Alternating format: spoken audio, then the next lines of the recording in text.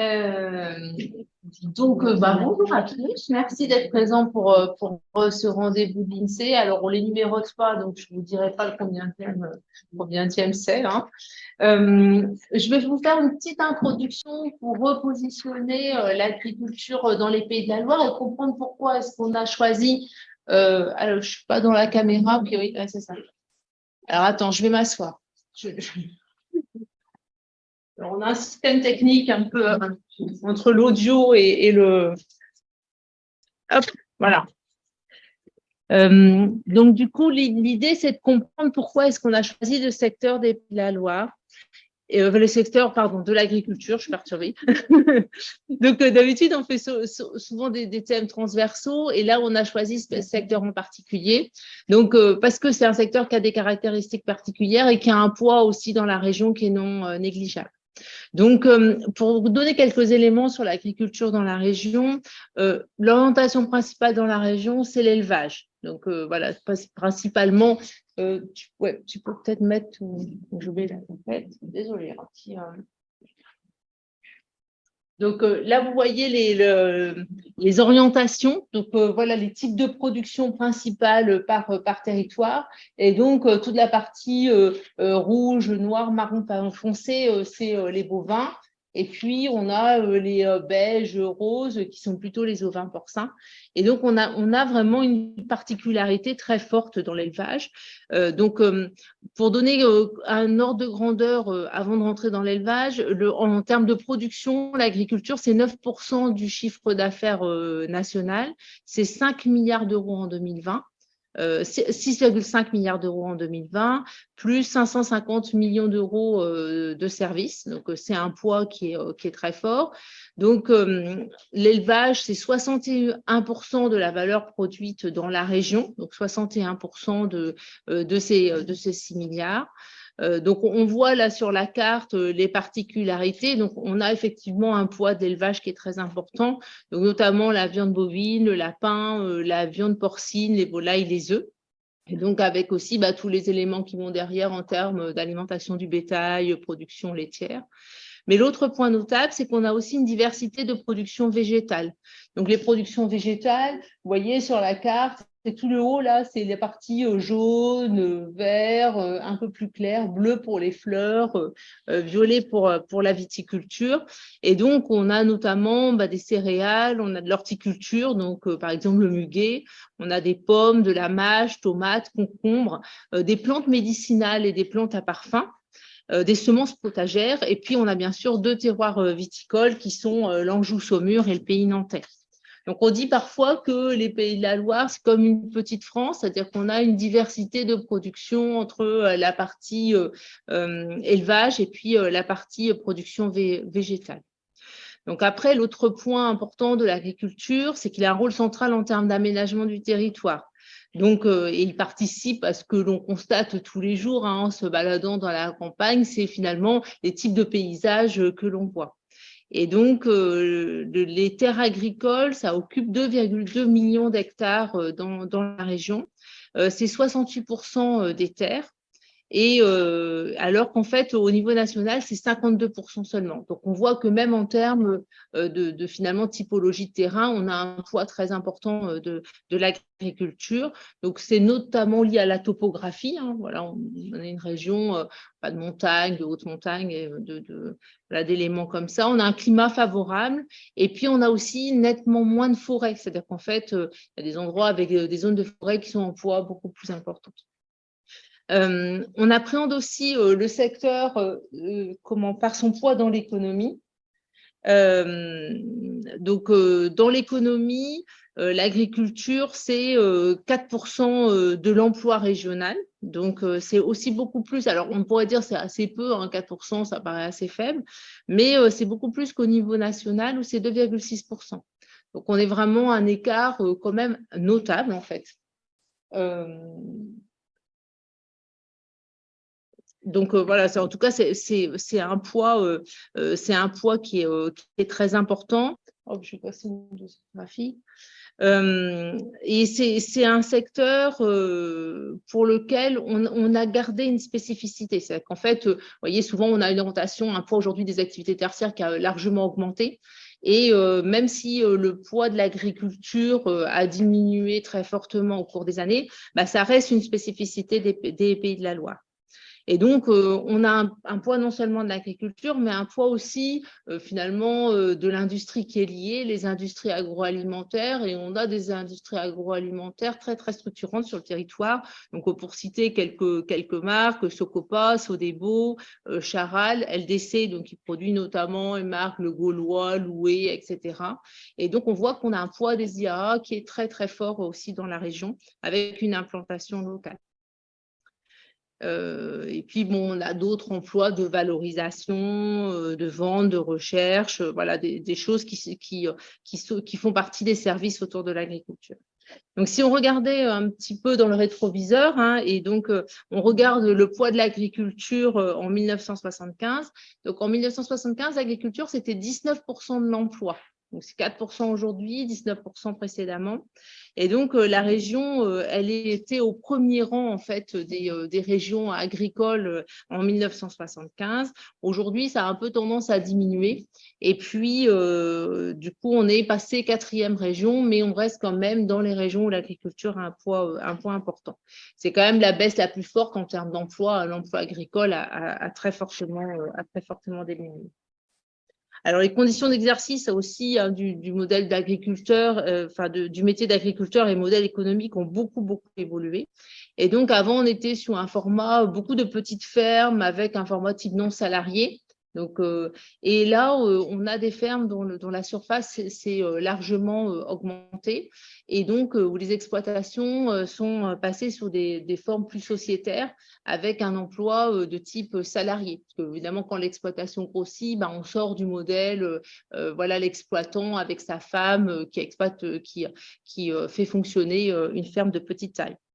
Donc, le nombre d'exploitations a beaucoup diminué. Entre 2000 et 2020, elle a diminué de 50%. Donc, c'est même plus important qu'en France. Alors qu'en fait, la surface agricole utile, elle, diminuait très peu, seulement de 4%. Donc, en 20 ans, la surface agricole utile moyenne par exploitation, elle a doublé. Et donc, elle atteint 79 hectares. Donc, ça fait 38 hectares de plus, alors que c'est seulement 24 hectares en France métropolitaine. Donc, on a aussi un développement, finalement, l'agrandissement des exploitations. Donc, ça fait longtemps hein, que les rendez-vous de lycée n'avaient pas porté sur un secteur en particulier.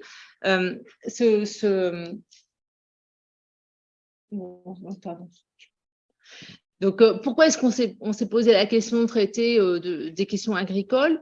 Parce qu'en fait, il y a aujourd'hui des enjeux très forts, hein, donc des enjeux en matière environnementale.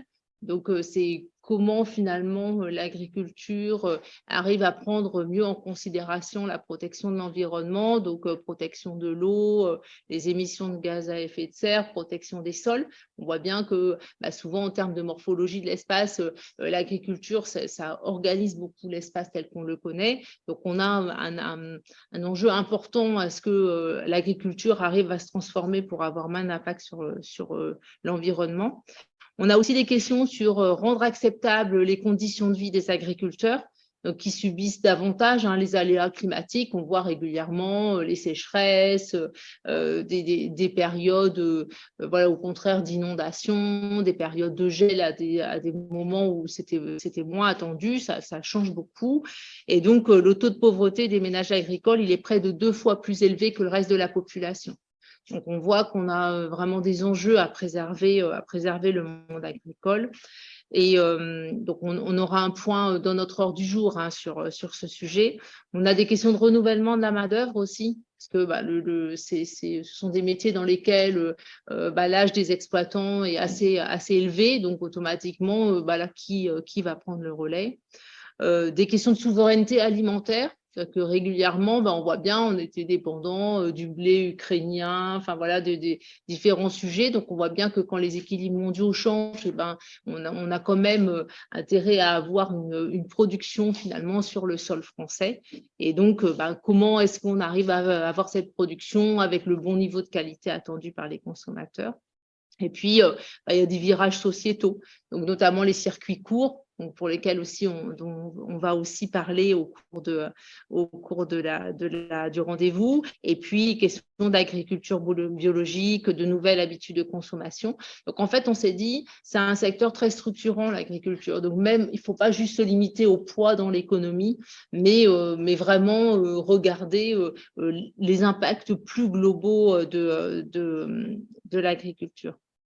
Donc, du coup, on aura, donc après cette petite introduction qui est quand même rapide, on va avoir un point par Gaëlle Bouchon sur les projets alimentaires territoriaux. Elle vous expliquera précisément de quoi il s'agit.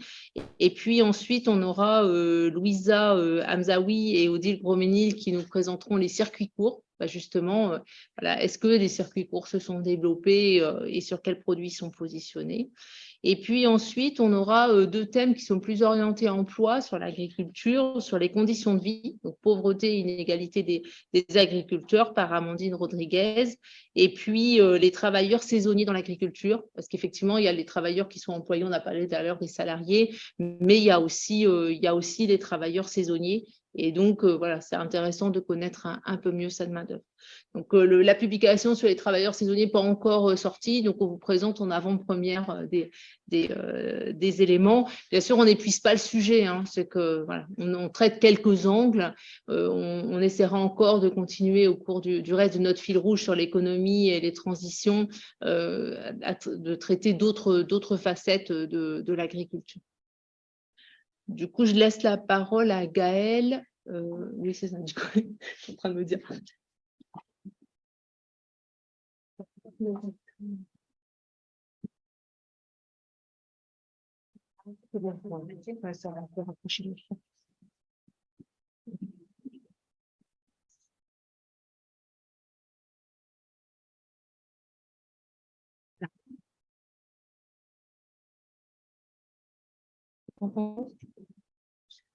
Bonjour à tous. Donc, je m'appelle Gaëlle Bouchon, je travaille pour la DRAF Pays de la Loire et je suis plus précisément en charge du pôle alimentation. Je vais vous présenter les projets alimentaires territoriaux, on va dire des éléments de base, ensuite un petit focus sur ce qui se passe sur cette dynamique en Pays de la Loire et ensuite illustrer ce que font différents PAT sur le sujet des circuits courts. Donc, les projets alimentaires territoriaux, il y a une petite manette peut-être pour… Ou c'est vous qui… J'espère que ça marche. Voilà, ça marche plus ou moins bien. Ouais. Voilà. Faut bien dire. Les projets alimentaires territoriaux, c'est quelque chose de relativement récent encore aujourd'hui. Et pour le ministère de l'Agriculture, en fait, c'est traité dans le cadre de ce qu'on appelle le Programme national pour l'alimentation, le PNA, donc sa version numéro 3, qui définit les différentes actions, les différents axes de ce programme et les différentes actions qui sont à la fois en fait des actions déployées au niveau national ou avec des déclinaisons donc au niveau régional qui sont effectivement des déclinaisons portées par la DRAF. Dans cette version numéro 3, il y a 3 axes thématiques et nouveauté en fait de la version numéro 3, de ce qu'on appelle des leviers transversaux, puisqu'au cours des années précédentes, on a vu en fait l'importance du sujet restauration collective qu'on a voulu mettre en valeur à travers ce nouveau programme et également l'importance des projets alimentaires territoriaux comme outil d'évolution de l'alimentation sur les territoires. Ah non, j'étais dans le mauvais sens. Quelques éléments de contexte en termes chronologiques. 2010, la première version du Programme national de l'alimentation pour compiler les différentes les orientations nationales sur le sujet alimentation au sein d'un unique programme. 2014, donc l'insertion dans la loi de la notion de projets alimentaires territoriaux. Donc dans le code rural et de la pêche maritime. 2017, les états généraux de l'alimentation qui ont été l'occasion en fait de recueillir au niveau national donc les attentes des citoyens et des acteurs sur le sujet de l'alimentation, qui ont donné lieu donc à la déclinaison de la loi Egalim qui est une vaste loi. Et en tout cas, pour ce qui concerne le secteur sur lequel je travaille, on y travaille surtout sur le volet restauration collective, quoi. Elle impacte aussi, en fait, elle a enrichi aussi tout ce qui concerne les projets alimentaires territoriaux, mais plus concrètement, en détail, c'est sur la partie restauration collective, avec ce qu'on appelle les objectifs 50-20, 50% de qualité dans les denrées de la restauration collective, dont 20% de bio. Ensuite, donc, le PNA 3 et la loi climat et résilience, et également en fait le plan de relance en 2021 qui a été l'occasion de donner une impulsion très forte en termes de moyens et en termes de dynamique sur le développement en fait des projets alimentaires territoriaux. Très rapidement, parce que je l'ai déjà évoqué, donc la définition, une définition légale donc en 2014 pour quelque chose qui reste, alors faut jamais le perdre de vue, il s'agit d'une démarche volontaire. Rien n'impose à une collectivité de développer un projet alimentaire territorial. Ce qu'on peut comparer par rapport à ce qui s'appelle les PCAET, Plan Climat, Air, Énergie, Territoire, qui eux s'imposent au-delà d'un certain seuil d'habitants. C'est une donc démarche volontaire qui se veut être un projet collectif et systémique qui analyse l'ensemble des dimensions de l'alimentation. Je vous développerai un petit peu plus en avant, et qui a vocation à répondre aux enjeux d'ancrage territorial, de transition agricole et alimentaire et de résilience alimentaire, et aux objectifs de santé aussi à travers l'alimentation. Voilà. Donc, une démarche volontaire et ascendante qui se traduit généralement sur les territoires par différentes phases, notamment une phase de diagnostic qui permet de déclencher les travaux, diagnostic pour définir des enjeux et construire, diagnostic qui est partagé avec des acteurs du territoire, du citoyen jusqu'au distributeur, et qui a vocation en fait à proposer à définir des priorités et proposer des actions à décliner sur les territoires pour répondre aux enjeux du territoire. C'est vraiment une politique territoriale qui se décline à des échelles qui peuvent être variables. Généralement, une grande partie des porteurs de PAT sont des communautés de communes, mais peuvent aussi en fait être de regroupements à travers des PETR, pôles d'équilibre territorial rural, ou des structures comme les parcs naturels régionaux comme celui de Brière, ou également des structures, on va dire, de coopération, de coopération territoriale comme les groupes d'action locale, qui sont des structures liées avec des financements européens. Les porteurs de PAT peuvent être en fait tout type de structure. Globalement, c'est avant tout des collectivités, des structures publiques, mais ça peut être des associations. En Pays de la Loire, on a une association qui est collectif de développement agricole de l'Île-Dieu, qui est un cas un petit peu particulier, mais qui traduit en fait l'émergence aussi de ce type de démarche à travers des associations des citoyens. Et dans le cas particulier de l'Île-Dieu, ils travaillent en fait en collaboration avec la mairie de l'Île-Dieu. Voilà. En fait, qui retrouve-t-on dans les ateliers, dans les comités techniques ou les comités de pilotage de ces projets alimentaires territoriaux? On va dire une grande diversité d'acteurs.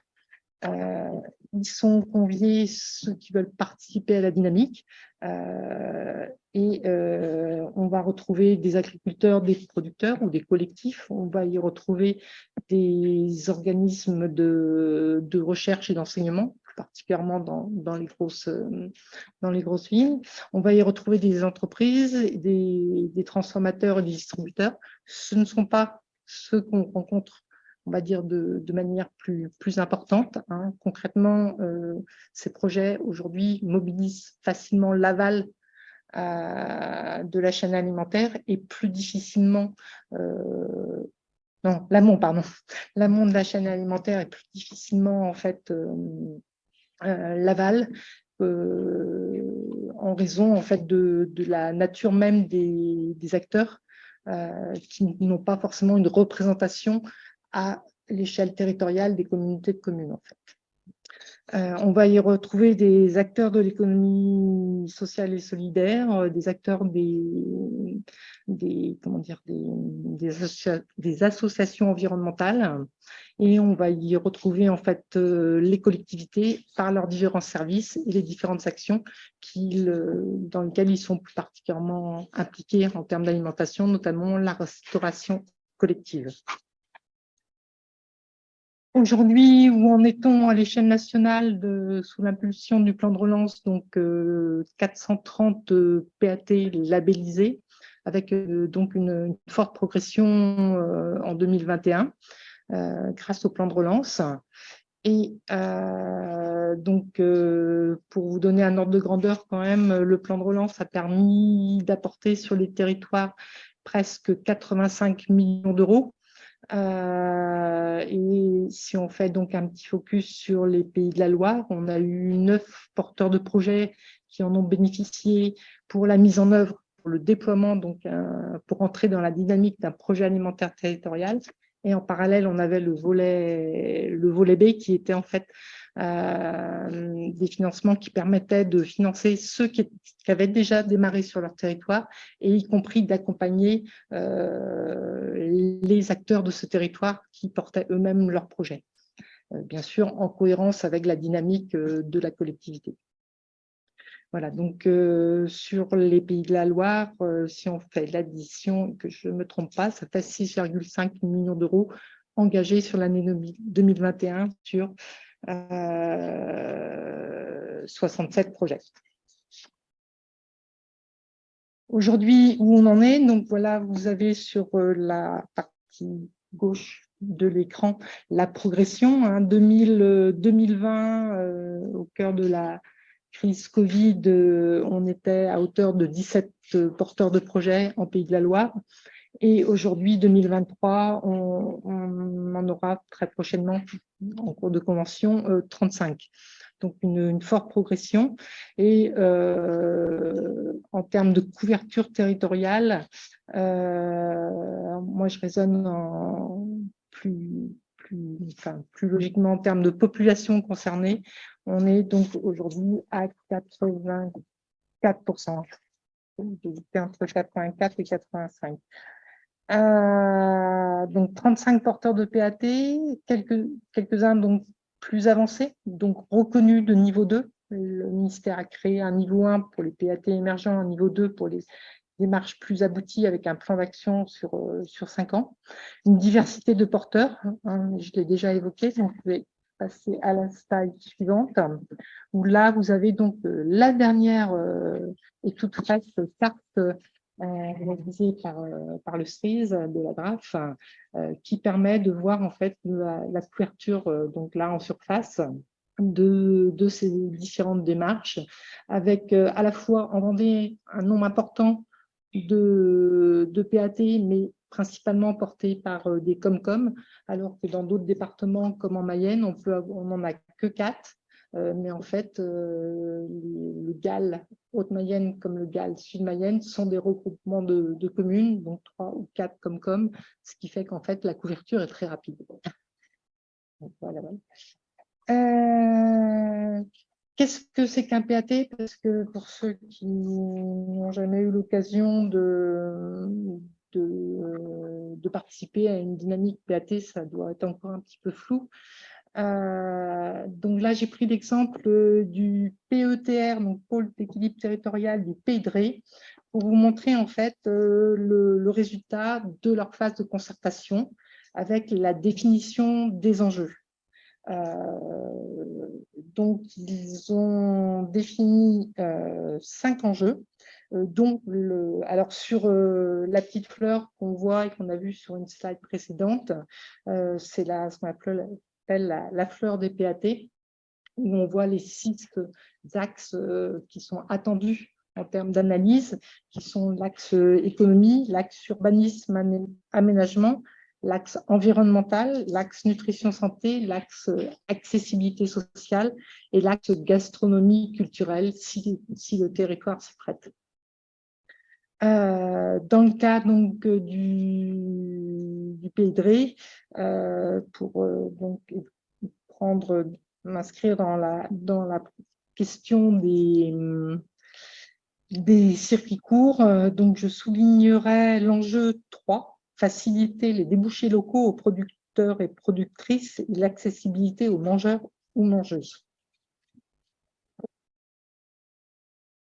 Dans cette priorité 3, ils ont ensuite défini différentes actions, dont développer les outils logistiques et de transformation, accompagner la mise en œuvre des débouchés locaux et valoriser les productions locales auprès des habitants du Pays de Ré. Il se trouve que précédemment, ils avaient déjà engagé un travail sur une marque de produits locaux produits en Pays de Ré. Et également impliquer les entreprises de transformation dans la démarche de proximité et de qualité. Parce qu'effectivement, les PAT, ça ne se résume. La place de la question des circuits courts est une place importante. C'est, on va dire, ils vont tous travailler sur ce sujet-là. Circuit court, c'est très bien. Attention, toutefois, ne pas court-circuiter les dynamiques en place et le fait qu'il y a des acteurs également de la transformation. Tout à l'heure, la directrice soulignait l'importance des industries agroalimentaires. Les industries agroalimentaires, il y en a des petites, des moyennes et des grosses. Il y a des acteurs qui ont leur place dans le panorama alimentaire de nos territoires et ce sont des acteurs importants qui permettent aussi de répondre à des besoins d'une population importante. Autre exemple rapidement pour vous montrer qu'il n'y a pas que le Pays de Ré qui s'intéresse aux produits locaux, également sur le PNR avec la définition de 4 filières locales où on retrouve donc l'importance aussi de l'élevage à travers la viande bovine et la marque Parc Brière également. Ensuite, donc, je vais vous présenter des exemples choisis un petit peu au hasard. Donc, on a l'exemple très classique de l'annuaire des producteurs. Je vous dis, pratiquement tous ont un annuaire qui est à la fois généralement un annuaire papier et éventuellement une carte en ligne. Voilà. Alors après, c'est plus ou moins performant, plus ou moins complet en information. L'idéal, c'est quand même d'avoir le type de produit et les horaires auxquels les sites sont ouverts, sachant qu'effectivement, tout ça nécessite en fait déjà la création des données et la mise à jour pour chaque structure de manière régulière. Autre exemple d'annuaires, alors là, qui ne sont pas destinés, on va dire, aux citoyens, mais à la restauration collective. Alors, annuaire ou plateforme. Là, on peut citer l'outil Appro Local porté par les chambres avec l'appui de la région, mais également l'annuaire créé aussi par le département 44 pour faciliter en fait la visibilité des producteurs et transformateurs qui sont prêts à livrer la restauration collective et inversement faciliter la recherche pour les producteurs des structures de restauration collective qui sont intéressées par leurs produits et avoir une visibilité en fait sur la taille aussi de cette restauration collective. C'est pas la même chose de livrer une restauration collective qui fabrique 200 repas ou une restauration collective qui fabrique 1200 repas par jour. Ça ne nécessite pas la même organisation et la même quantité de production.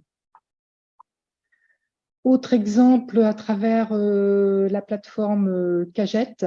Donc là, c'est une plateforme en fait nationale et donc c'est, on va dire, une base qui peut être un support qui peut être utilisé par tout un chacun et notamment qui est particulièrement utilisé sur certains territoires. Alors là, j'ai pris l'exemple de Sèvres-et-Loire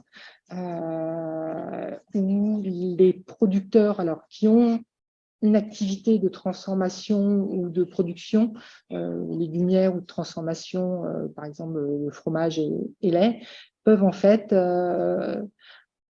en plus de leur propre production, proposer en fait, s'organiser à plusieurs pour compléter en fait leur gamme.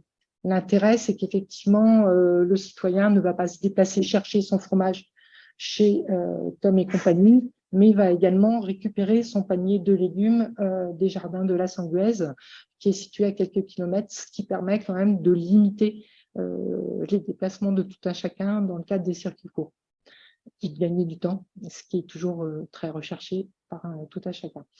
Voilà, donc j'ai cité ces deux exemples-là, notamment parce que je les connais bien, puisqu'on les a financés en tant que partenaire du projet alimentaire de Sèvres-et-Loire. Et ben, ils ont bien mené leur projet malgré les complications de la crise Ukraine, avec les matériaux et, tout ça, et les augmentations de coûts.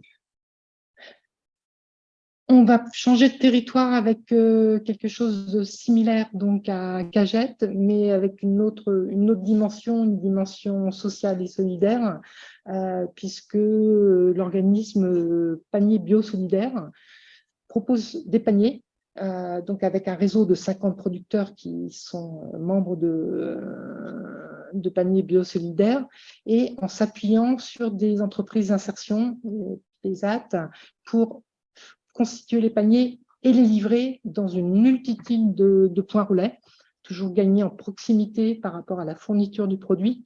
Hein, donc, si on regarde plus précisément, aujourd'hui, ils sont à 245 points relais, principalement sur le 49 pardon, et le 44, un petit peu également en Mayenne, en Vendée et en Sarthe. Et ce qui est intéressant dans cet exemple-là par rapport à Cagette, c'est que on n'est pas uniquement sur des points relais qui sont les agriculteurs, il y en a quelques-uns, mais c'est aussi en fait le fleuriste, le caviste, le coiffeur, au cœur de Nantes, au cœur d'Angers. J'ai regardé, moi-même j'habite à Angers, j'ai la possibilité d'adhérer à 23 points relais. Et il y en a effectivement un à 250 mètres de chez moi.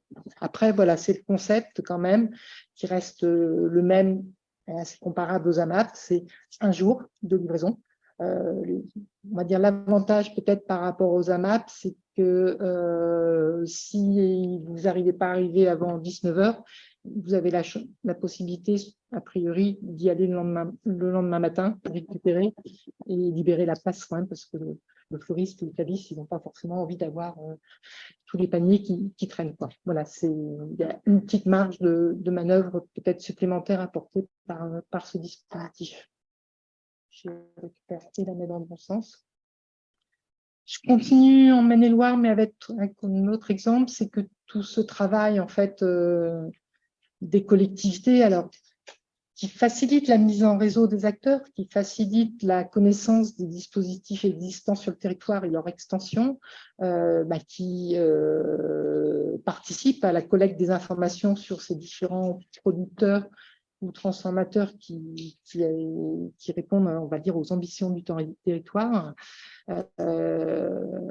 Ils font plein de choses, mais dans une démarche de projet alimentaire territorial, il y a aussi toute une dynamique citoyenne à mettre en place.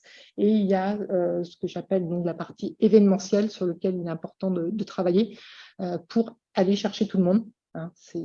La vocation de la PAT, ce n'est pas que les circuits courts, ce n'est pas qu'une partie de la population, c'est décliner des événements, pour maintenir la dynamique de rencontre, de partenariat et de partage de l'ambition et du territoire et éventuellement aussi de la culture gastronomique du territoire. Donc, si vous êtes nantais, cet événement, c'est essentiellement en fait les tables nantaises à l'automne, qui sont aussi des grands lieux de rendez-vous, qui sont adossés, enfin, il y a des variantes d'une année à l'autre, qui mettent en avant en fait l'alimentation dans le territoire. Petit tour en Mayenne, avec, donc là, voilà, j'ai illustré de manière un petit peu différente. On peut s'appuyer sur différentes choses pour communiquer sur l'alimentation et la production du territoire. En l'occurrence, en Mayenne, la vélo fourchette, couplé tourisme et gastronomie, avec un patrimoine fromage, qui n'est pas forcément évident comme ça, mais comme on voyait, il y a de l'élevage, il y a de la production de viande, mais il y a aussi beaucoup de production laitière en Pays de la Loire et notamment en Mayenne. Et donc, ils ont fait émerger cette dynamique vélo-fourchette qu'ils ont adossée donc, au fromage avec donc, des acteurs en fait, de l'agriculture comme le CIVAM Bio qui collabore avec l'Office de tourisme pour construire en fait, ces positions. Autre département, alors là j'ai illustré parce que j'aime bien, ils sont très productifs, les projets alimentaires, c'est quelque chose de sympa parce que ça phosphore beaucoup et ça se traduit par des fresques qui sont chaque fois très surprenantes. Là c'est un territoire assez récent, c'est le syndicat mixte Vallée de la Sarthe, donc 3 Comcom sur la partie ouest de la Sarthe. Et en bas de la carte, vous voyez en tout petit, hein, première chose produite, l'annuaire des producteurs. Et par contre, un territoire où le constat, c'est que finalement, aujourd'hui, il n'y a pas beaucoup de producteurs en vente directe, parce que c'est un territoire aussi qui est peut-être plus axé que d'autres vers l'aval, vers la transformation, vers des productions qui vont vers des filières classiques d'industrie agroalimentaire. Dernier exemple, donc j'aurais fait le tour des 5 départements nigériens avec le pays de Pouzauges,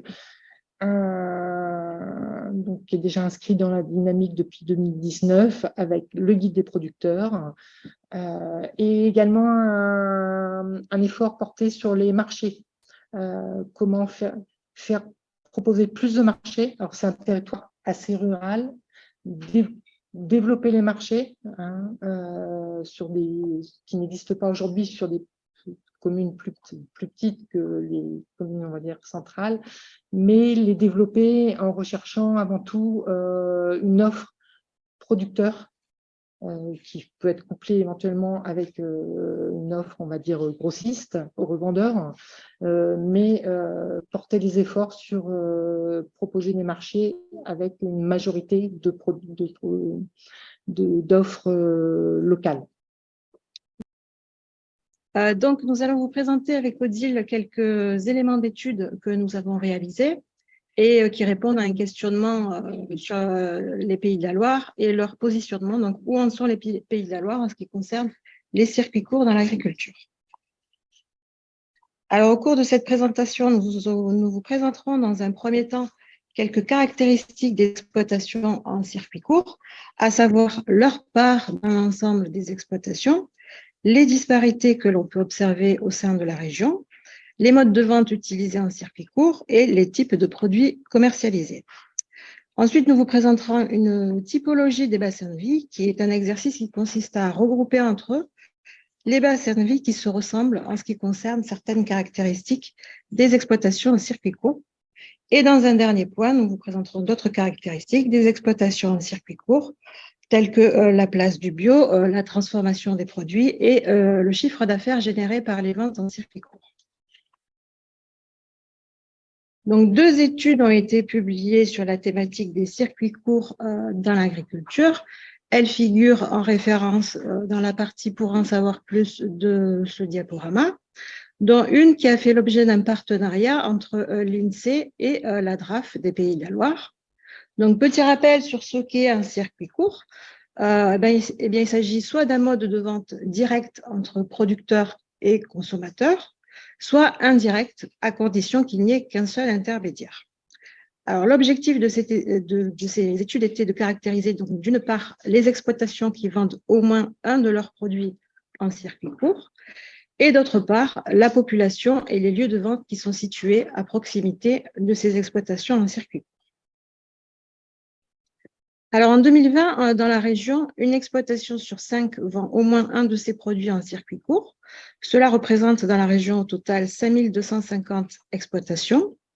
Et cette part régionale de 20% est inférieure de 3 points à la France métropolitaine et situe la région en fin de classement des régions, tandis qu'en tête de classement figurent la Corse et Provence-Alpes-Côte d'Azur, avec plus de 40% d'exploitations en circuit court dans l'ensemble des exploitations agricoles de ces régions. Donc, de 2010 à 2020, on observe une hausse de la part des exploitations en circuit court dans la région, elle est de 5 points.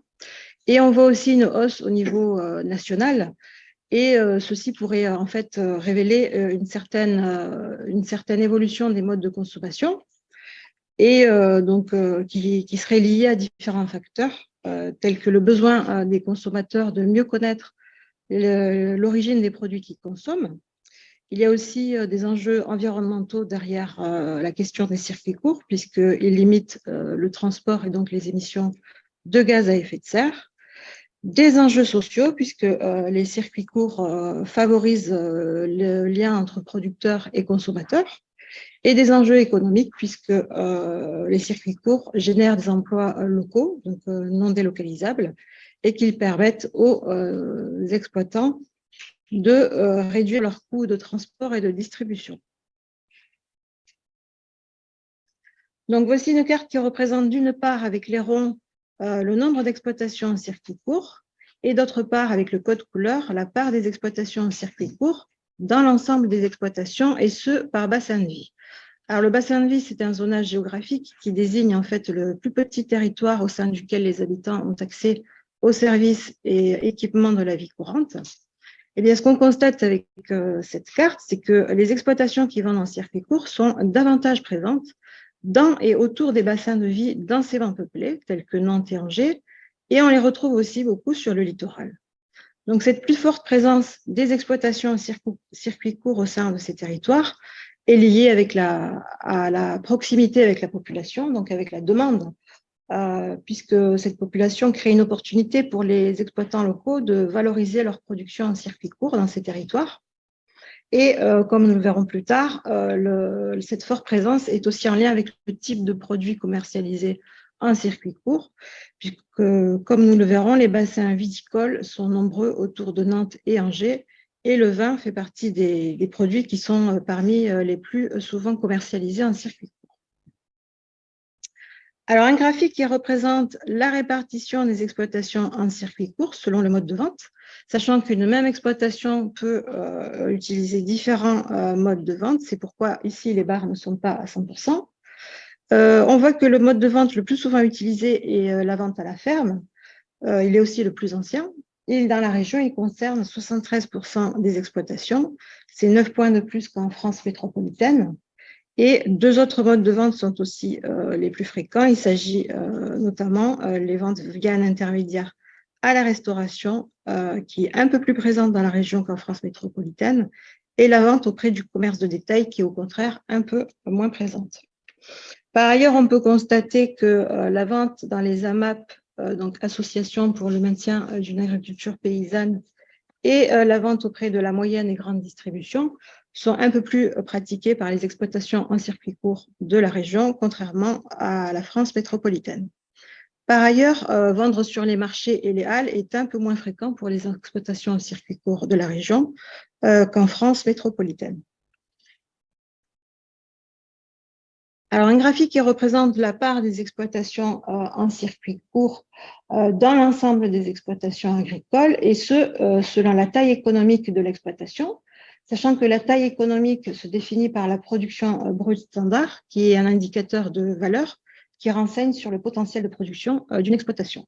Alors, ce que l'on constate, c'est que ce sont les petites exploitations qui vendent le plus souvent leurs produits en circuit court. Dans la région, 25% des exploitations vendent au moins un de leurs produits en circuit court. C'est 2 points de moins qu'en France métropolitaine. Donc là, vendre en circuit court, en fait, pour ces petites exploitations, pourrait être un moyen de renforcer leur viabilité, notamment parce que les ventes en circuit court généreraient davantage de valeur ajoutée sur les produits qui sont commercialisés. Un dernier graphique sur la répartition des exploitations en circuit court selon le type de produits commercialisés. Eh bien, ce que l'on voit, c'est que les 3 principaux produits vendus en circuit court sont la viande, le vin et les légumes.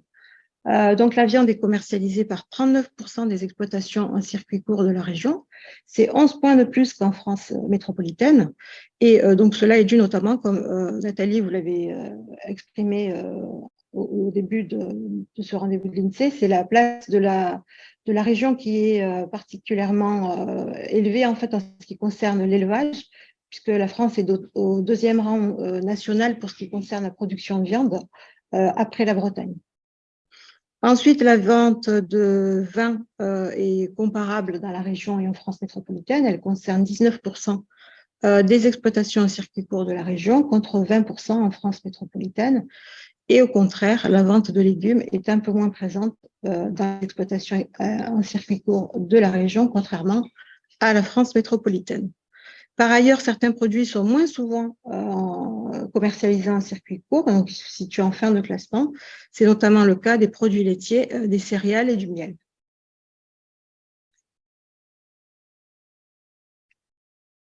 Alors, voici la typologie que nous avons réalisée, qui a consisté à regrouper entre eux les bassins de vie qui présentent des caractéristiques communes en ce qui concerne les caractéristiques des exploitations en circuit court. Donc, ce qu'il en ressort, c'est qu'il y a dans la région 5 profils de bassins de vie. Donc, tout d'abord, le profil A, donc en rose sur la carte, qui regroupe des bassins de vie de Nantes et sur sa partie ouest, et des bassins de vie au sud d'Angers et au niveau de Saumur. Donc, dans ces bassins de vie, 45% des exploitations vendent en circuit court. C'est une part 2 fois plus élevée que la moyenne régionale et c'est la part la plus élevée aussi des 5 profils de territoire. Donc, dans ces territoires, la population est 2 fois plus dense que dans la région et elle est aussi plus jeune avec plus de cadres et une pauvreté qui est plus modérée qu'en moyenne régionale, puisque en moyenne régionale, elle est de 10,7 contre 10,1% dans ces territoires. Donc, ces éléments pourraient offrir en fait un contexte assez favorable pour les exploitations, pour les ventes en circuit court. Par ailleurs, dans ces bassins de vie, les exploitations en circuit court vendent plus souvent que dans la région du vin. Elles vendent aussi plus souvent à la ferme, auprès des restaurants et dans le commerce de détail. Et au contraire, elles vendent moins souvent dans les AMAP et dans les marchés. Alors, les bassins de vie du profil B, donc ce sont sur la carte les bassins de vie en vert foncé, qui sont les bassins de vie littoraux. Donc, dans ces bassins de vie, 30% des exploitations vendent en circuit court. On a là aussi une population qui est plus dense, mais moins que dans le profil précédent. Elle est plus âgée dans la région, avec moins de cadres et moins de pauvreté. Les exploitations en circuit court de ces territoires vendent plus souvent que dans la région de la viande et des légumes. Elles vendent aussi plus souvent à la ferme, dans les AMAP, qui sont pourtant moins nombreuses, rapportées à la population. Et elles vendent aussi plus souvent dans les marchés, qui sont au contraire 2 fois plus présents qu'en moyenne régionale. Et elles vendent moins souvent dans les restaurants et les commerces de détail, qui sont pourtant plus nombreux que dans la région. Alors, dans les bassins de vie du profil C, qui sont représentés donc en orange sur la carte, donc qui regroupe le bassin de vie d'Angers et certains de sa partie ouest, et des bassins de vie au sud de la Vendée, ainsi qu'un qui est situé dans la Sarthe. Donc, dans ces bassins de vie, 25% des exploitations vendent en circuit court. Là aussi, la population est un peu plus dense que dans la région. Elle est aussi plus jeune, avec moins de cadres et moins de pauvreté.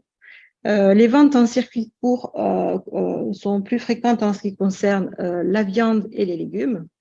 Et on observe une vente qui a un niveau comparable à celui de la région en ce qui concerne la vente à la ferme.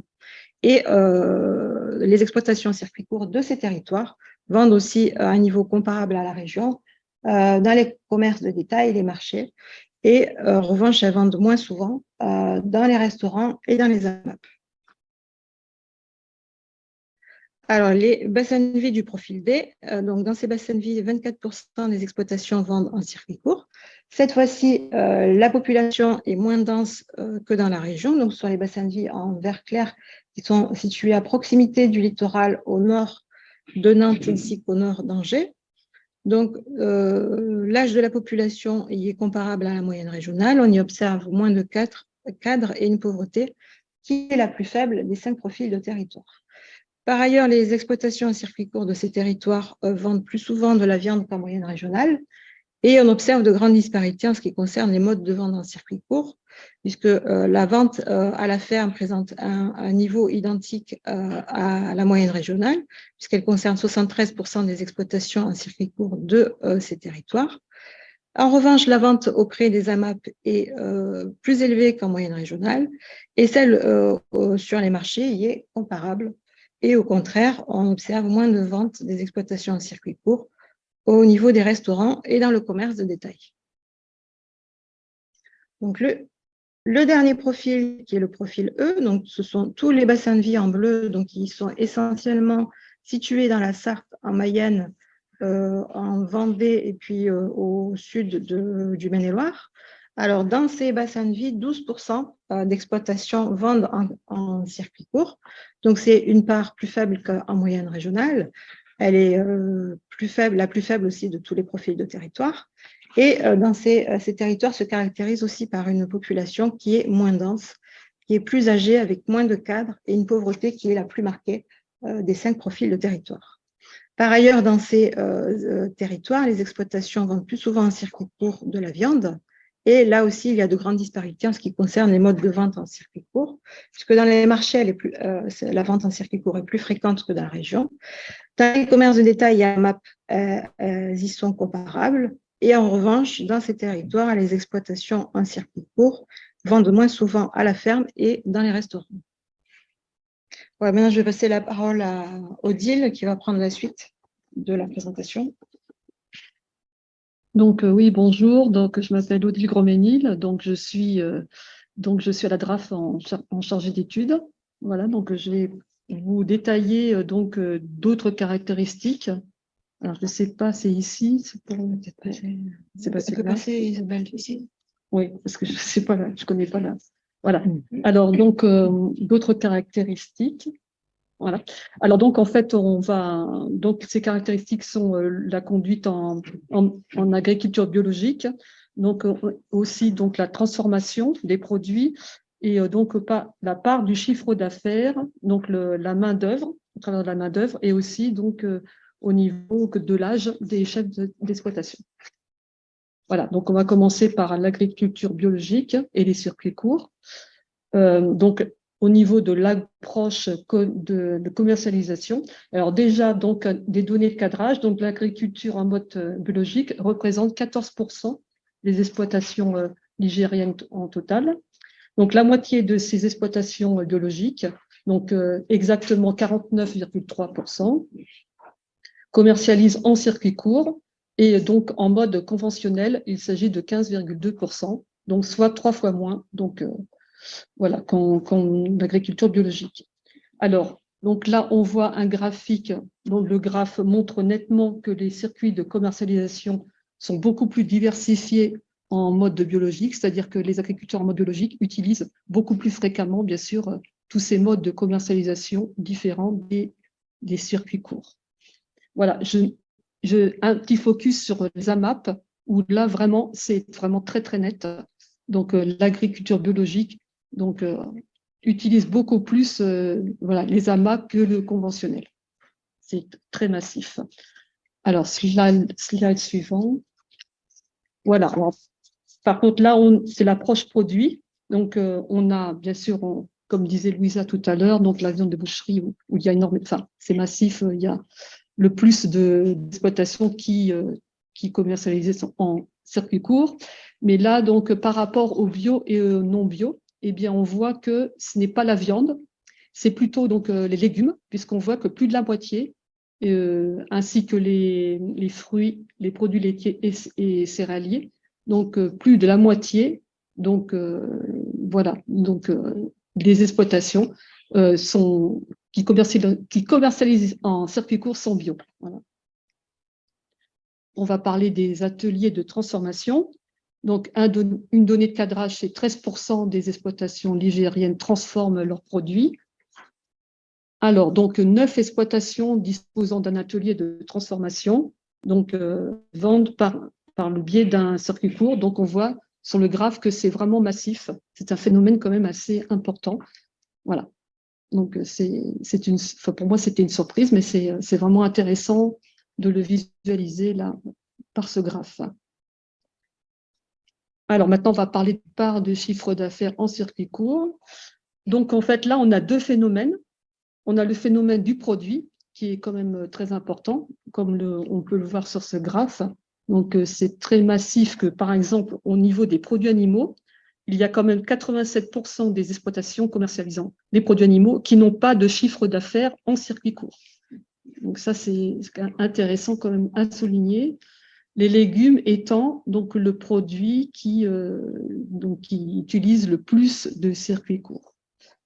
Voilà, et aussi on a l'aspect produit et on a l'aspect aussi taille d'exploitation qui n'est pas représentée dans le graphe.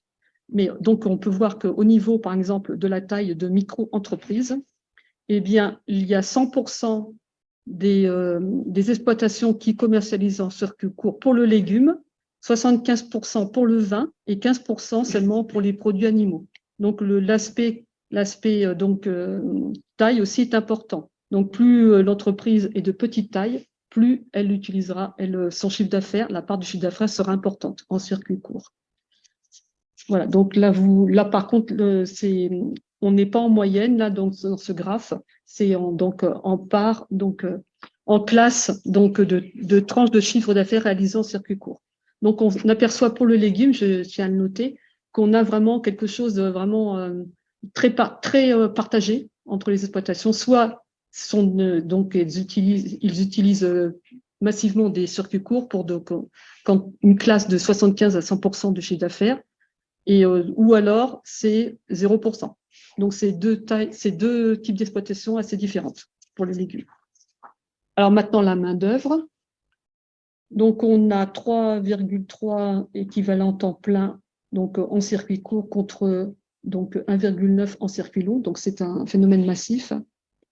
Voilà, donc le nombre d'ETP plus élevé donc sont liés bien sûr à la diversité des compétences, c'est-à-dire qu'il y a une production, un conditionnement, un transport, mais aussi les transformations dont on a parlé tout à l'heure, donc qui utilisent bien sûr beaucoup plus d'ETP par exploitation. Et dans ces ETP, donc on voit dans le slide, enfin dans le graphe de droite, qu'il s'agit donc bien sûr, ce sont les salariés qui permettent donc dans les circuits courts de réaliser toutes ces compétences qui sont mobilisées de façon plus importante dans les circuits courts. Alors donc maintenant au niveau de l'âge, alors l'âge donc ces chefs d'exploitation sont plus jeunes, donc 55% ont moins de 50 ans contre 41% en circuit long. Et donc là vous avez donc par classe d'âge donc la proportion entre circuit long et circuit court dans le graphe. Voilà, donc moi j'en ai fini pour mon exposé au niveau des circuits courts. Voilà, alors est-ce que j'embraye directement sur les signes de qualité? Voilà. Oui, on a perdu un peu de temps, je pense. Oui, donc du coup j'embraye tout de suite.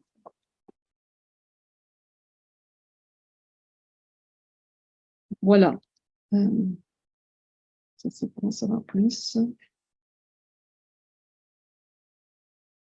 Voilà. Alors là, il s'agit d'une étude qui a été faite. Donc là, je ne suis plus du tout en circuit court. Je suis donc sur les signes d'identification de qualité et d'origine. Voilà, slide suivante.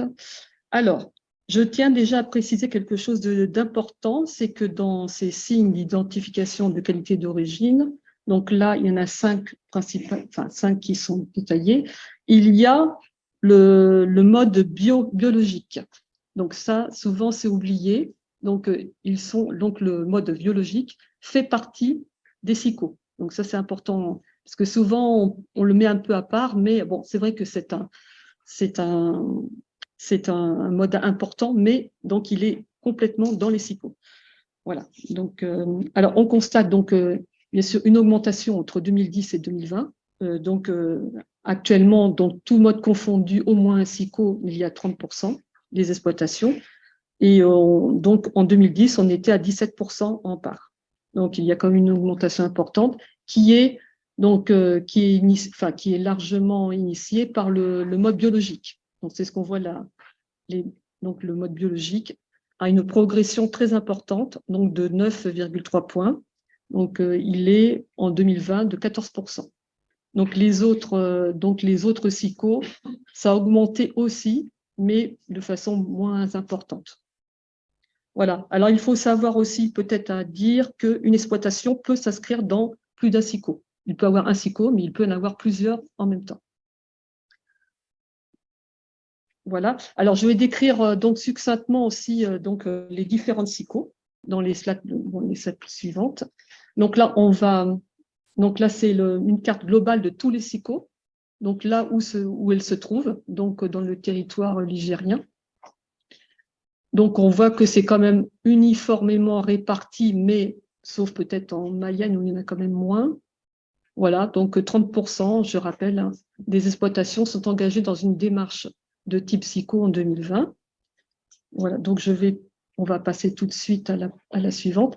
Alors, au niveau du bio, donc là, on note que vraiment, là, c'est une surreprésentation sur le département de la Loire-Atlantique qui est 22%. Donc on avait dit tout à l'heure 14% pour la région, mais pour la Loire-Atlantique, c'est 22%. Donc c'est le département où il y a plus une surreprésentation de part d'exploitation en agriculture biologique. Ensuite, donc le département qui en a de moins, où c'est moins représenté, c'est la Mayenne, 8%. Voilà. Alors ensuite, peut-être aussi donner peut-être une définition du bio que j'ai oublié. Enfin, tout le monde connaît, mais bon, il est utile de le dire quand même. Donc, ce signe garantit le respect d'un cahier des charges spécifique, excluant notamment le recours aux produits chimiques et de synthèse qui s'appuient sur un mode de production respectueux de l'environnement et un niveau élevé de bien-être animal. C'est quand même utile de le dire. Bon, c'est connu, mais... Donc, on va maintenant passer au label rouge. Alors, je vais donner une définition. Donc, le label rouge est un signe français qui désigne des produits qui, par leurs conditions de production ou de fabrication, ont un niveau de qualité supérieur par rapport aux produits standards. Bon, je ne vais pas en dire plus. Voilà, donc c'est très intéressant au niveau de la localisation parce qu'on voit que c'est complètement différent de la localisation des exploitations bio. Donc, ces cartes sont très, très parlantes. Et on voit que c'est surtout donc, en Sarthe et en Vendée, où il y a donc beaucoup de labels rouges. Alors, peut-être les produits, ça peut être intéressant aussi à détailler quelques produits phares. Donc, en Vendée, par exemple, les viandes de volaille, donc, etc., les viandes de boucherie, farine, donc haricots blancs, hein, les fameux mojettes, œufs, etc., pommes de terre primeur. Donc, en Loire, plutôt en Sarthe, donc on a les viandes de volaille aussi, les viandes de boucherie, bovins, porcins, etc., œufs de poule, œufs fermés. Voilà, donc on passe à la slide suivante. Alors, donc, je vais donner aussi une définition rapide, AOC, AOP.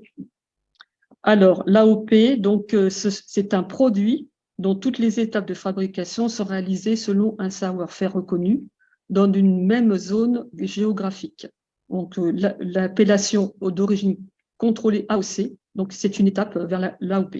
Mais on va retenir que c'est un produit, l'AOP c'est un produit. Alors, donc, je reviens sur la diapo. Donc, la localisation, on observe que c'est autour donc des vignes, hein, et donc aussi en Vendée. Et c'est en fait le produit qui ressort majoritairement est le vin, mais pas que. Mais quand même, c'est surtout le vin. Et l'IGP, donc c'est aussi au niveau des produits, c'est le vin et quelques produits, quelques autres produits. Je vais vous donner aussi une définition. Donc, l'IGP, un produit agricole brut ou transformé dont les caractéristiques sont liées au lieu géographique dans lequel se déroule au moins sa production et sa transformation. Voilà. Donc, voilà, moi j'en ai fini pour... voilà, après si, pardon.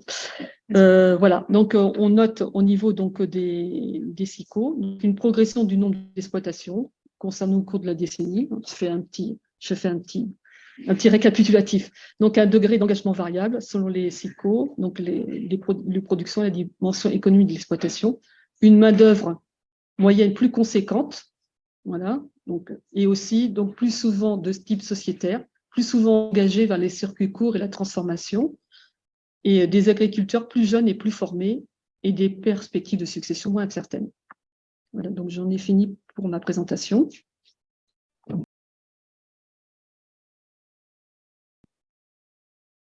Donc là, c'est sur les revenus des agriculteurs. C'est un peu ce que je vous disais en introduction tout à l'heure, hein.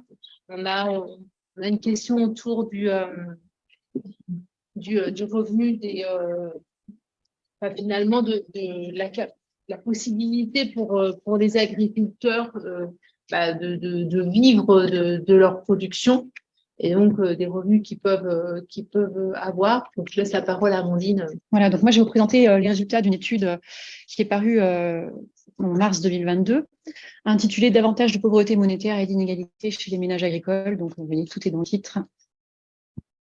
Alors, est-ce que... Ah oui, c'était pas dessus. Voilà, donc du coup, ce qu'on peut voir là sur ces quelques chiffres, hein, c'est que au niveau des ménages agricoles, il y a 2 fois plus de pauvreté monétaire, hein, parce que vous voyez qu'on est à 18,5% contre 9,7% pour l'ensemble des ménages actifs. Leur niveau de vie médian est inférieur de 6% à 1 710 € contre 1 825 pour l'ensemble des ménages actifs. Et si on regarde donc le rapport entre les 10% les moins aisés, hein, qui pour les ménages agricoles se situe à 840 €, avec les 10% les plus aisés qui sont à 3 210 €, ce rapport qu'on appelle le rapport interdécile, il est à 3,8 contre 2,7 pour l'ensemble des ménages actifs. Donc beaucoup plus d'inégalités chez les ménages agricoles. Toutefois, la pauvreté en conditions de vie est 2 fois moindre, hein. On est à 6% contre 12% pour l'ensemble des ménages actifs. Donc ça va s'expliquer notamment à cause de la nature de leur activité, hein. Une partie des dépenses privées des agriculteurs peuvent être intégrées dans les comptes de l'exploitation, par exemple le logement, les dépenses d'énergie. Et on voit notamment que 84% des ménages agricoles sont propriétaires de leur logement contre 64% pour l'ensemble des ménages actifs, ce qui fait qu'ils ont moins souvent de difficultés de logement. Voilà, donc en conditions de vie, ça se passe un petit peu mieux pour les ménages agricoles que pour l'ensemble des ménages actifs. Alors, un petit retour sur les fameux OTEX, l'orientation technico-économique des territoires. Donc, une carte que vous avez déjà vue, c'était juste pas le même jeu de couleurs. Et je pense qu'elle est un peu plus agrégée que celle que tu as montrée tout à l'heure, Nathalie, au niveau des modalités. Quoique. Donc, j'ai remis cette carte parce qu'en fait, le niveau de vie des ménages agricoles va varier beaucoup en rapport avec l'orientation technico-économique des territoires.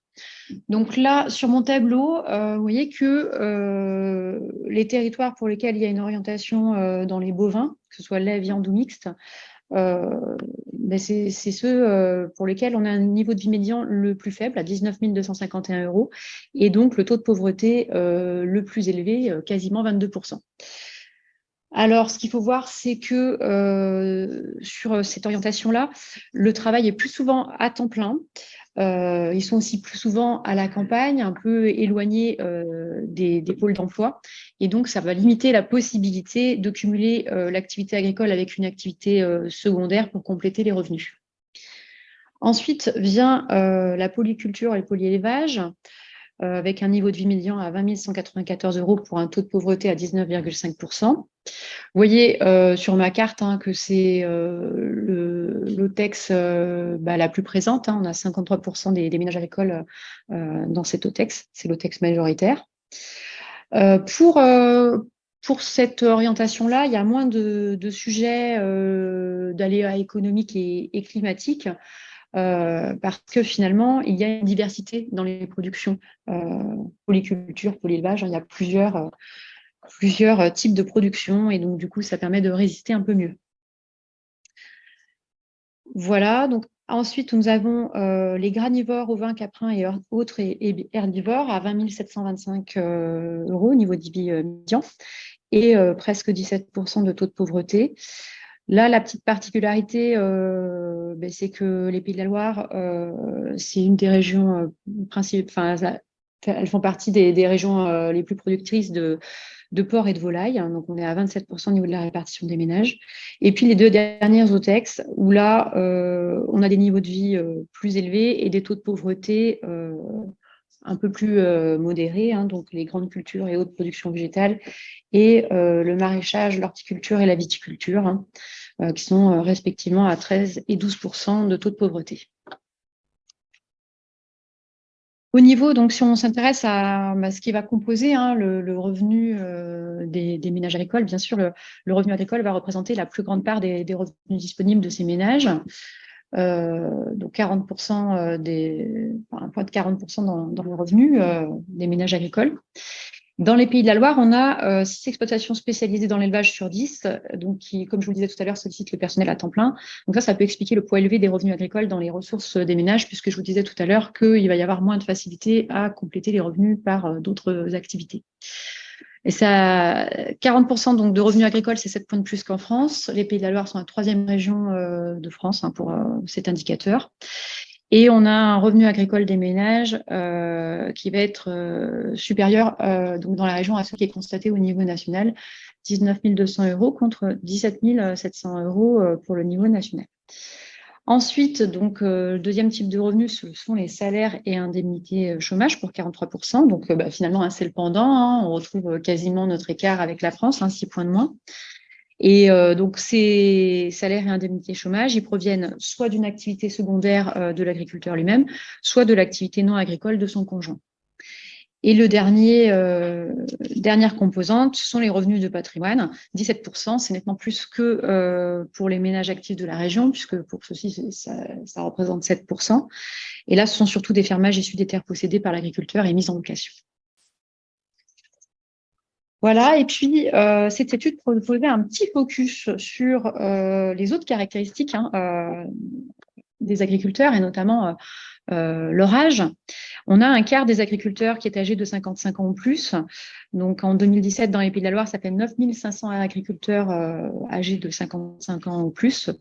26% de la profession donc, qui est concernée, et 12 points de plus que pour l'ensemble des actifs en emploi de la région. Donc d'ici 2030, une forte vague de départ à la retraite est attendue. Nos agriculteurs sont moins diplômés que l'ensemble des personnes en emploi. On a 52% qui possèdent un diplôme de niveau bac ou plus, contre 50% des actifs en emploi. Néanmoins, le niveau de formation des agriculteurs s'élève, puisque les plus jeunes sont beaucoup plus diplômés. 84% des agriculteurs ligériens de moins de 40 ans possèdent un diplôme de niveau bac ou plus.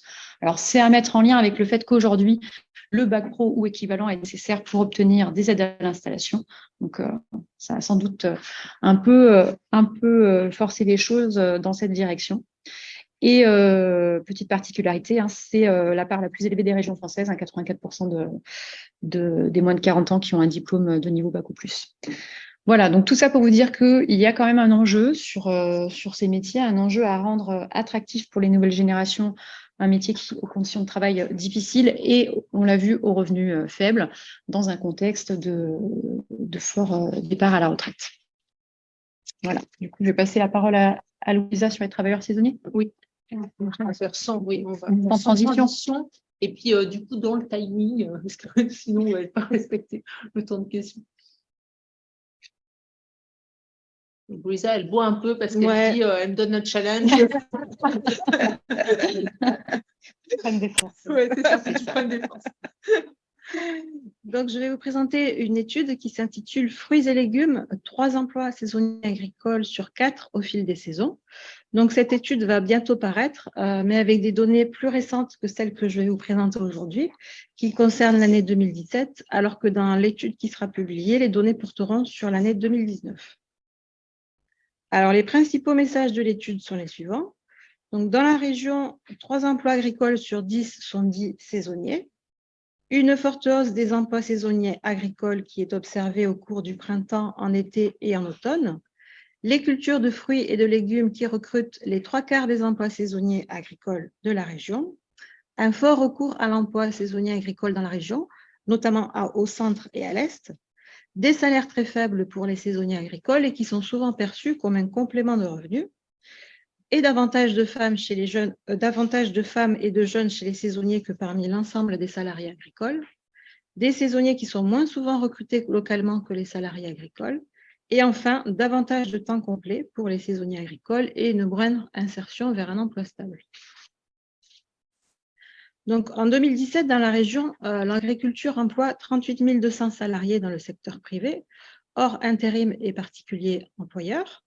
Parmi eux, 11 900 sont saisonniers et ils occupent 16 800 postes, donc emplois saisonniers, ce qui représente 28% des postes salariés agricoles de la région, qu'ils soient saisonniers ou non, contre 25% en France. Donc, cette part régionale de 28% est la deuxième plus élevée des régions après Grand Est.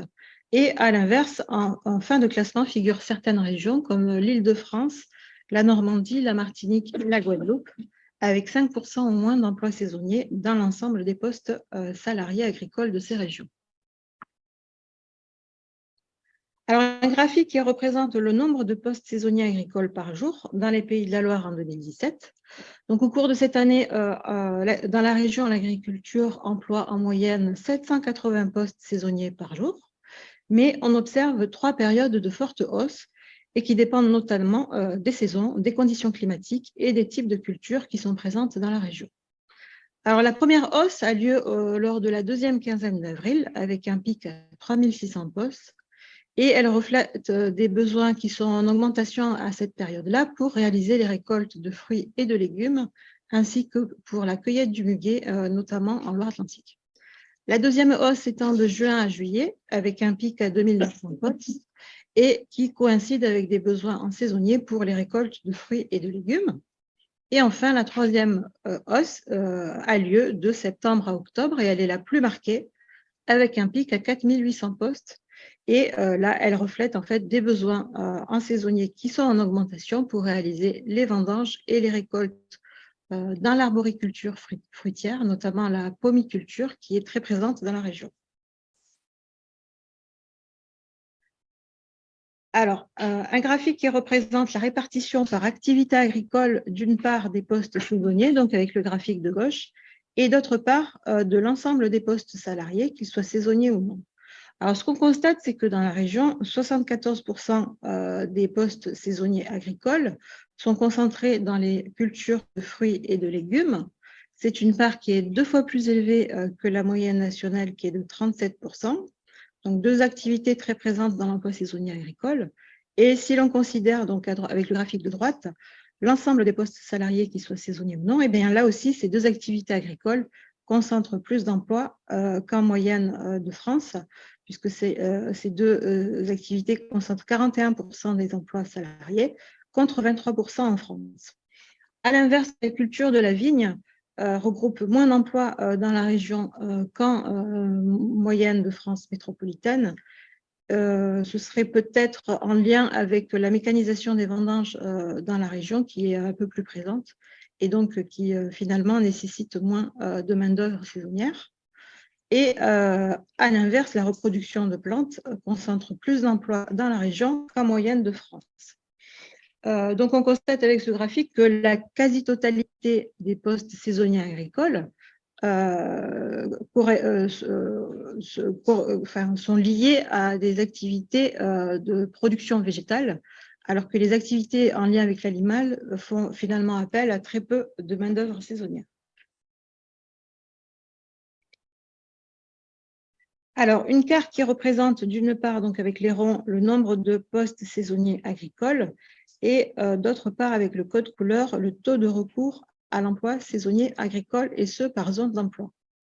Alors, sachant que le taux de recours à l'emploi saisonnier agricole se définit comme le ratio entre le nombre d'heures des postes saisonniers agricoles sur le nombre total d'heures salariées agricoles. Eh bien, dans la région, ce taux de recours est de 7,2%. Il est donc plus élevé qu'en France, où il est de 5,8%. Et ce taux de recours plus élevé est notamment en lien avec la forte présence d'emplois dans les cultures de fruits et de légumes, comme nous l'avons vu dans la diapositive précédente, et qui sont des activités qui, par nature, font appel à de nombreux saisonniers, notamment au moment des récoltes. Alors, dans la région, le taux de recours à l'emploi saisonnier agricole est supérieur à la moyenne régionale au sein de 9 zones d'emploi qui sont représentées sur la carte en rouge vif et en rouge foncé. Donc, on a Nantes, Ancenis, Angers, Segré en Anjou bleu, Sablé-sur-Sarthe, La Flèche, Saumur, Le Mans et Fontenay-le-Comte. Donc, dans ces 9 zones d'emploi, excepté à Fontenay-le-Comte, la culture de fruits à pépins à noyaux fait appel chaque année à de nombreux saisonniers. Par ailleurs, dans les zones d'emploi d'Angers, Fontenay-le-Comte, Nantes et Saumur, eh bien, ce sont les cultures de légumes et la reproduction de plantes qui ont recours chaque année à de nombreux saisonniers. Et enfin, dans les zones d'emploi d'Ancenis, Angers, Nantes et Saumur, eh bien, il s'agit de la culture de la vigne qui recrute chaque année de nombreux saisonniers. Et en revanche, oui, on peut citer certaines zones d'emploi qui apparaissent en blanc sur la carte et qui n'ont pas recours à l'emploi saisonnier tel qu'il est défini dans cette étude. C'est notamment le cas des zones d'emploi d'Alençon, La Ferté-Bernard, Château-Gontier, Redon, Pornic et les Sables d'Olonne. Alors, des salaires très faibles pour les saisonniers agricoles. Donc, un graphique qui représente la distribution des salaires mensuels nets des saisonniers et de l'ensemble des salariés agricoles, qu'ils soient saisonniers ou non. Donc, ce que l'on constate, c'est que la moitié des saisonniers, donc représentés par la médiane avec le carré rouge sur le graphique, perçoit moins de 180 € par mois, contre moins de 730 € pour la moitié des salariés agricoles. Et si l'on considère le dernier quart des saisonniers les mieux rémunérés, donc le troisième quartile avec le carré bleu ciel, eh bien, on constate que ce dernier quart de saisonniers les mieux rémunérés perçoit 470 € ou plus net par mois, contre 1 400 € ou plus net par mois pour le dernier quart des salariés agricoles les mieux rémunérés. Donc, des niveaux de salaire très bas pour les saisonniers agricoles qui laissent supposer qu'il s'agit souvent d'un complément de revenus, notamment pour les personnes les plus précaires, tels que les demandeurs d'emploi et les inactifs, comme les bénéficiaires des minima sociaux, les étudiants ou les retraités, puisqu'on a pu constater que pour un saisonnier agricole sur deux, les salaires perçus au titre des emplois saisonniers constituent la totalité de leurs revenus salariaux perçus au cours de l'année. Donc, ces faibles niveaux de salaire s'expliquent d'une part par les courtes durées de contrat, donc 33 jours en moyenne par an, et aussi par le faible niveau de qualification des saisonniers agricoles, puisque 99% d'entre eux sont recrutés en tant qu'ouvriers non qualifiés, contre 87% pour les salariés. Alors, plus de femmes et de jeunes chez les saisonniers que parmi l'ensemble des salariés agricoles, donc deux graphiques. À gauche, la part de femmes chez les saisonniers et chez les salariés agricoles, et à droite, la répartition par âge des saisonniers et des salariés agricoles dans la région. Donc, ce que l'on constate, c'est que les femmes sont plus présentes chez les saisonniers que chez les salariés. Donc, elles constituent dans la région 47% des saisonniers contre 37% des salariés. En France, cet écart est moins marqué, où les femmes représentent 38% des saisonniers contre 32% des salariés. En ce qui concerne l'âge, eh bien, les saisonniers agricoles sont plus jeunes que l'ensemble des salariés agricoles. Ils ont en moyenne 34 ans contre 38 ans pour les salariés. Cet âge plus jeune chez les saisonniers agricoles est notamment lié à la part des jeunes de 16 à 25 ans, qui est plus élevée chez les saisonniers, qui est de 43%, contre 28% pour l'ensemble des salariés agricoles. Donc, le travail saisonnier pourrait constituer un revenu d'appoint donc pour les femmes et les jeunes, mais il pourrait aussi révéler de plus grandes difficultés à s'insérer durablement sur le marché du travail. Alors, des saisonniers moins recrutés localement que l'ensemble des salariés agricoles, donc un graphique qui représente la répartition des saisonniers et des salariés agricoles selon le type d'éloignement domicile-travail.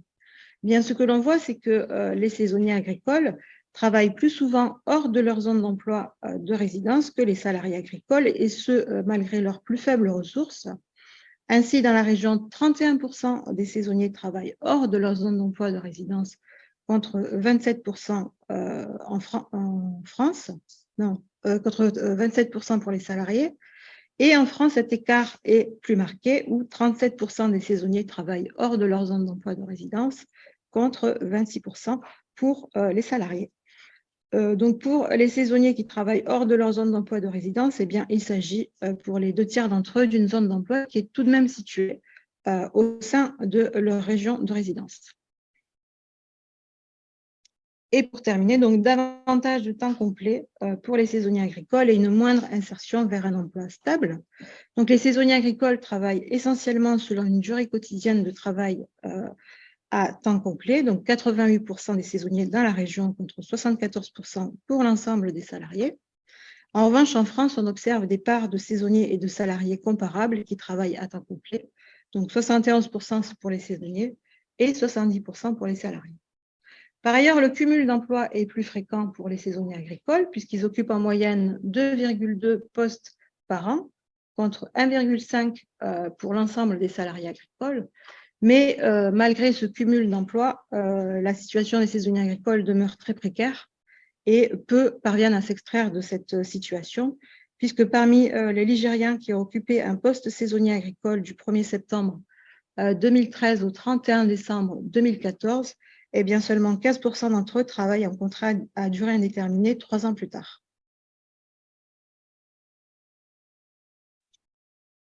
Merci Louisa. Puis, merci à tous les deux d'avoir respecté le temps. Ah, c'est oui.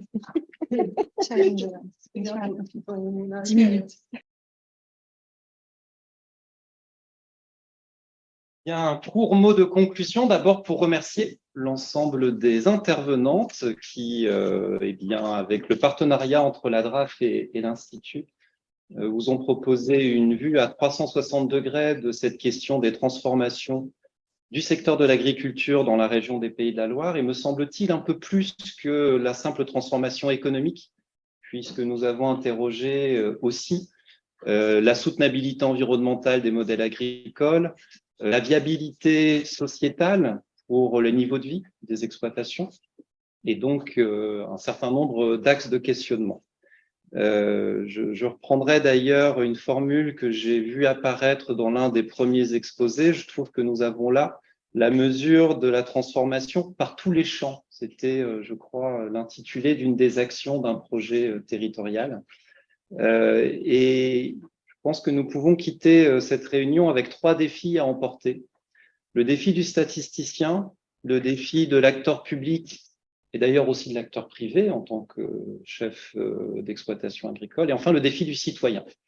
Le défi du statisticien, nous avons ce matin eu plus qu'une juxtaposition des éclairages, une première tentative pour relier ce qu'il en est du type de production en amont, du type de commercialisation en aval, des conditions de vie, du modèle économique avec l'emploi, mais encore nous faut-il croiser un peu plus tout ceci et voir dans quelle mesure les problématiques de rémunération sont compatibles ou pas avec les modèles économiques d'exploitation, les choix environnementaux qui sont faits, et arriver vers ce que j'appellerais un treillage statistique, c'est-à-dire croiser toutes ces études vraiment pour être encore plus dans la compréhension de ce qui peut être un cheminement tenable pour le modèle agricole et de ce qui reste potentiellement des impasses.